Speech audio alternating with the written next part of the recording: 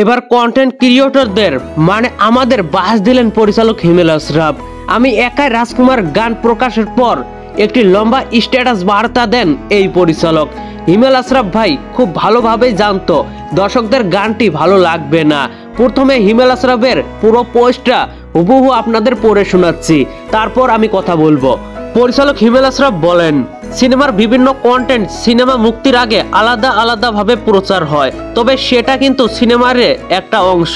কেন গানটা এমন, কেন পোস্টারটা এমন, কেন অমুক অভিনেতা এমন করলো, এইটার উত্তর আসলে সিনেমায় থাকে, ওই কন্টেন্টে না। আমি কিন্তু পুরো 2-2.5 ঘন্টার একটা সিনেমা বানিয়েছি, শুধু একটা পোস্টার বা একটা গান না। তাই চাইলেই আমি সিনেমার বাইরে গিয়ে সাময়িক উত্তেজনা তৈরি করতে কোনো কন্টেন্ট দিতে পারবো না। গল্পে যা আছে, সিনেমায় যা আছে, আপনি হলে গিয়ে সেটাই দেখতে পারবেন, সেটাই চেষ্টা ছিল আমার।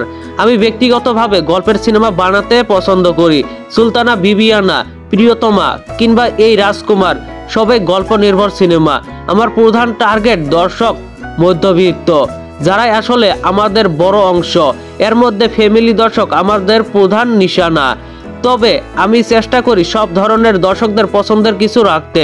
যেমন ধরেন রাজকুমারের বরবাদ গান আর টাইটেল ট্র্যাক। আমি একাই রাজকুমারের মধ্যে আকাশ পাতাল পার্থক্য। দুটি গান একেবারে আলাদা রুচির মানুষের জন্য তৈরি। এক গান যার কাছে ভালো লাগবে, অন্যটা তার কাছে ভালো লাগার কোনো কারণ নেই। আপনি যখন একটি গান নিয়ে টোল করছেন, সেটা আবার অন্য কারো কাছে সবচেয়ে পছন্দের হতে পারে। এই দুই দর্শকেই কিন্তু টাকা দিয়ে আমাদের সিনেমা দেখবে, তারা দুই পক্ষই আমার জন্য জরুরি। আমার সিনেমায় তথাকথিত ভিলেন থাকে, নায়কের বাণিজ্যিক এন্ট্রি থাকে, নায়িকার এন্ট্রি ট্রিটমেন্ট থাকে, ফাইট থাকে, কমেডি থাকে। সব কিছুর পরে বড় করে যেটা থাকে সেটা হলো গল্প। মানুষের সাথে মানুষের সম্পর্ক থাকে, প্রেম, পারিবারিক আবেগ ইত্যাদি। এখন কিছু অতি বুদ্ধা বলবেন, প্রিয়তমার শেষের 30 মিনিট ছাড়া কি ছিল সিনেমাটিতে? শেষের 30 মিনিট ছাড়া যদি কিছুই না থাকতো, তাইলে শেষের 30 মিনিট পর্যন্ত দেখলেন কেন? আপনি বিরতিতে বের হয়ে যান নাই কেন? আর শেষের 30 মিনিটের পরিচালক কে ছিল? শেষের 30 মিনিটের প্রযোজক অভিনেতা কে ছিল? প্রিয়তমার সবাই ছিল। ম্যাচ জেতা দিয়ে কথা। প্রথম 15 ওভার মারছেন নাকি শেষের 15 ওভার, সেটা মুখ্য না। কারো সফলতায় ব্যক্তিগতভাবে আপনার জ্বলে, আপনার কষ্ট লাগে, সেটার দায় আমাদের না। প্রিয়তমা কি ছিল জানতে চাইলে আপনাদের পাশের হল ম্যানেজারের কাছে প্রশ্ন করেন, যারা দ্বিগুণ 3 গুণ টাকা দিয়ে রাজকুমার নিচ্ছে। কেন নিচ্ছে? রাজকুমার সিনেমায় আসি। এই সিনেমা আসলে যা নিয়ে তার কিছুই আমি প্রচার করি নাই। ও প্রচার নিয়ে অনেক অভিযোগ আমার উপর। সব অভিযোগ সম্মান জানিয়ে বলতে চাই, আমি বিশ্বাস করি আমাদের দেশে প্রচার হওয়া উচিত একদম শেষের দিকে। সিনেমা মুক্তির আগে যদি আপনার হিরো হয় শাকিব খানের মতো মেগা স্টার, শাকিব খান কি সিনেমা করতেছে এটা যারা হলের দর্শক তারা সবাই জানে। তাদের 3 মাস আগে থেকে জানানোর কিছু নাই। আমার দেশ ইস্যুর দেশ, নানান টপিক আসতে থাকে, আমরা আগের টপিক ভুলতে থাকি। বাইরের দেশে অ্যাডভান্স টিকিট বুকিং সিস্টেম থাকে, আগে থেকে সিনেমার হাইপ তোলে, মানুষ সাথে সাথে সিনেমার টিকিট কিনে, হাইপটা কাজে লাগে। আমাদের দেশে টিকিট কাটে হলে গিয়ে। এক সপ্তাহ আগের উত্তেজনা আজকে তাকে সিনেমা হলে নাও নিতে পারে। আমি মনে করি সিনেমার প্রচারণা সিনেমা বা আমার হাইপ ওঠানোর জন্য না। সিনেমার প্রচারণার মূল কাজ সিনেমাটির দর্শকদের সিনেমা হলমুখী করা। প্রচারের ব্যাপারে এইটা আমার ভাবনা, এইটাই ঠিক বা ভুল আমি বলছি না। সব পরিচালক বা প্রযোজকের আলাদা আলাদা প্রচার প্ল্যান থাকে, আমরা এইটাই বিশ্বাসী, এটাতেই সফল। আমাদের কাছে সবচেয়ে বড় প্রচার কোনটা জানেন? হল থেকে বের হয়ে আসা দর্শক। তারা যখন বলে সিনেমা ভালো, ওই সিনেমা হিট। তারা যদি বলে সিনেমা ভালো না, ওই সিনেমার কাম শেষ। সিনেমার আগে আপনি কি আওয়াজ তুলছেন, কি পোস্টার ছাড়লেন, কি গান ছাড়লেন, তাতে কিছু যায় আসে না। আওয়াজ সিনেমা চলে প্রথম 3 দিন, বাকিটা সিনেমার দৌড় ভাই। তাই আমার কাছে সিনেমাটাই বড়।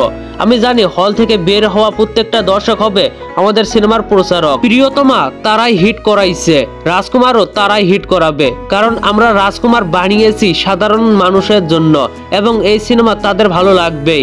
আমি নিজে সাধারণ মধ্যবিত্ত পরিবারের সন্তান, আমি জানি আমাদের আবেগটা কোথায়। আপনারা যারা আমাকে ওভার কনফিডেন্ট ভাবছেন তাদের সম্মান জানিয়ে বলি, আমি আসলে আত্মবিশ্বাসী। 2006 সাল থেকেই কলেজে থাকতে মিডিয়াতে পা দিয়েছিলাম।